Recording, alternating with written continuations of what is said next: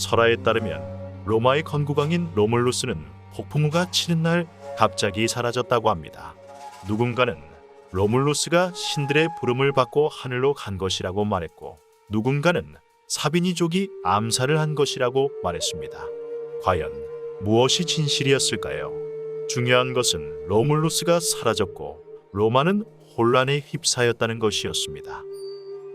원로원은 서둘러서 라틴족과 사비니족이 모두 만족할 수 있는 인물을 왕으로 세워야 했습니다.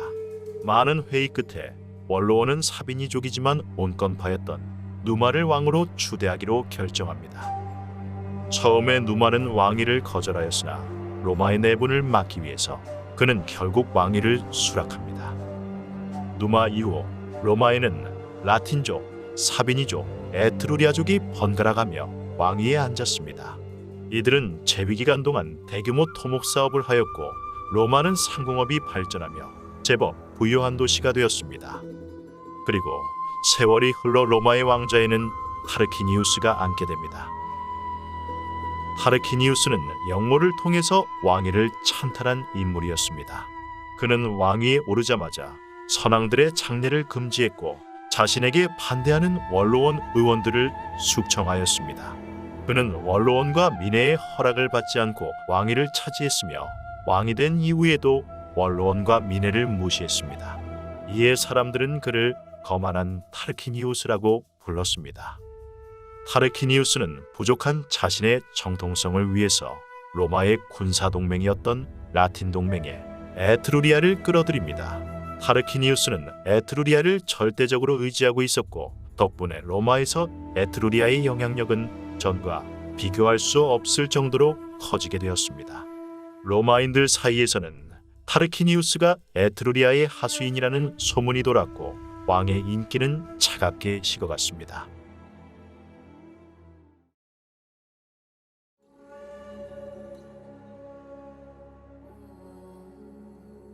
타르키니우스의 아들 중에는 섹스투스라는 사내가 있었는데 그는 로마의 유력 가문의 원로인 콜라티누스의 아내를 짝사랑하고 있었습니다.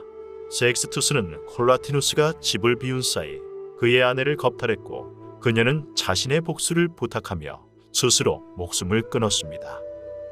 이 사건은 민중반란의 방아쇠 역할을 하였습니다.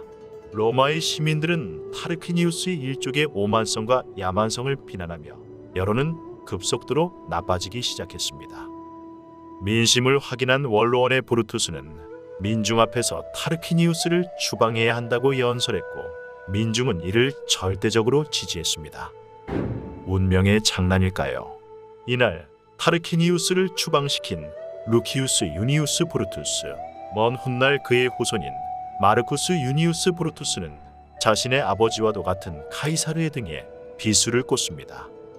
로마를 떠나 있던 타르키니우스도 이 소식을 듣게 되었고 그는 급히 말머리를 돌려 로마에 도착하지만 이미 추방된 과거의 왕에게 로마인들은 성문을 열어주지 않았습니다.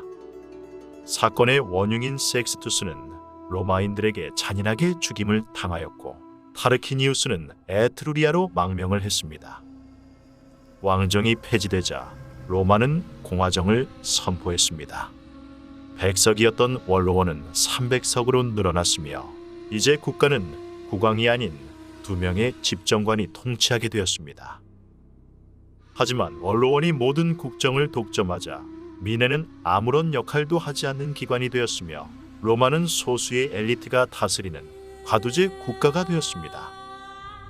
이는 로마의 심각한 불평등을 초래하였고 로마 내에서는 왕정 복고의 움직임도 나타나기 시작했습니다.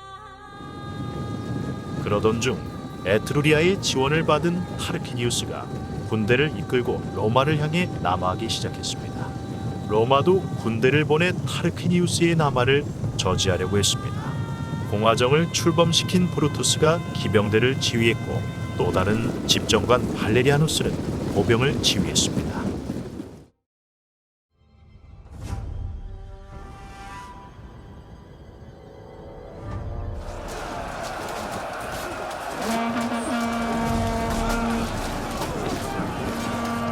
양측의 군세는 비슷했습니다. 전투는 하루 종일 계속되었고 날이 저물자 양측 군대는 본진으로 돌아갔습니다. 다음 날 아침 로마군들은 전장에 나가서야 자신들이 이겼다는 것을 알게 되었습니다. 에트루리아 군대는 모두 자국 영토로 철수했으며 전장에는 어제의 흔적만이 남아 있었습니다. 하지만 집정관 브루투스가 전사하는 등 로마군의 피해도 적지 않았습니다. 로마가 공화정으로 전환되면서 로마의 국력은 급속도로 떨어지기 시작했습니다. 왕정 시대 때는 왕들이 대규모 토목 공사를 자주 했었고 이는 로마의 상공업 발전으로 이어졌지만 임기가 짧은 집정관들은 토목 공사를 하지 않았습니다.